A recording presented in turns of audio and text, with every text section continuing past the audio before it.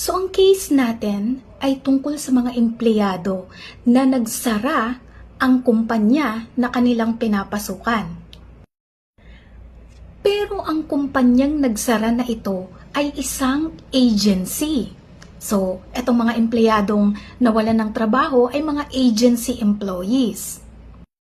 Itong agency na nagsara na ito ay may kakontratang isa pang service provider o isa pa uling agency o kumpanya na nagbibigay ng serbisyo o ng mga personnel o ng mga tao sa isang malaking beverage company. So kung mapapansin ninyo, may tatlong kumpanya dito. Si beverage company, may middle agency, and then may isa pang agency. At itong isang agency na to, yung nagsara kung saan nagtatrabaho. Itong mga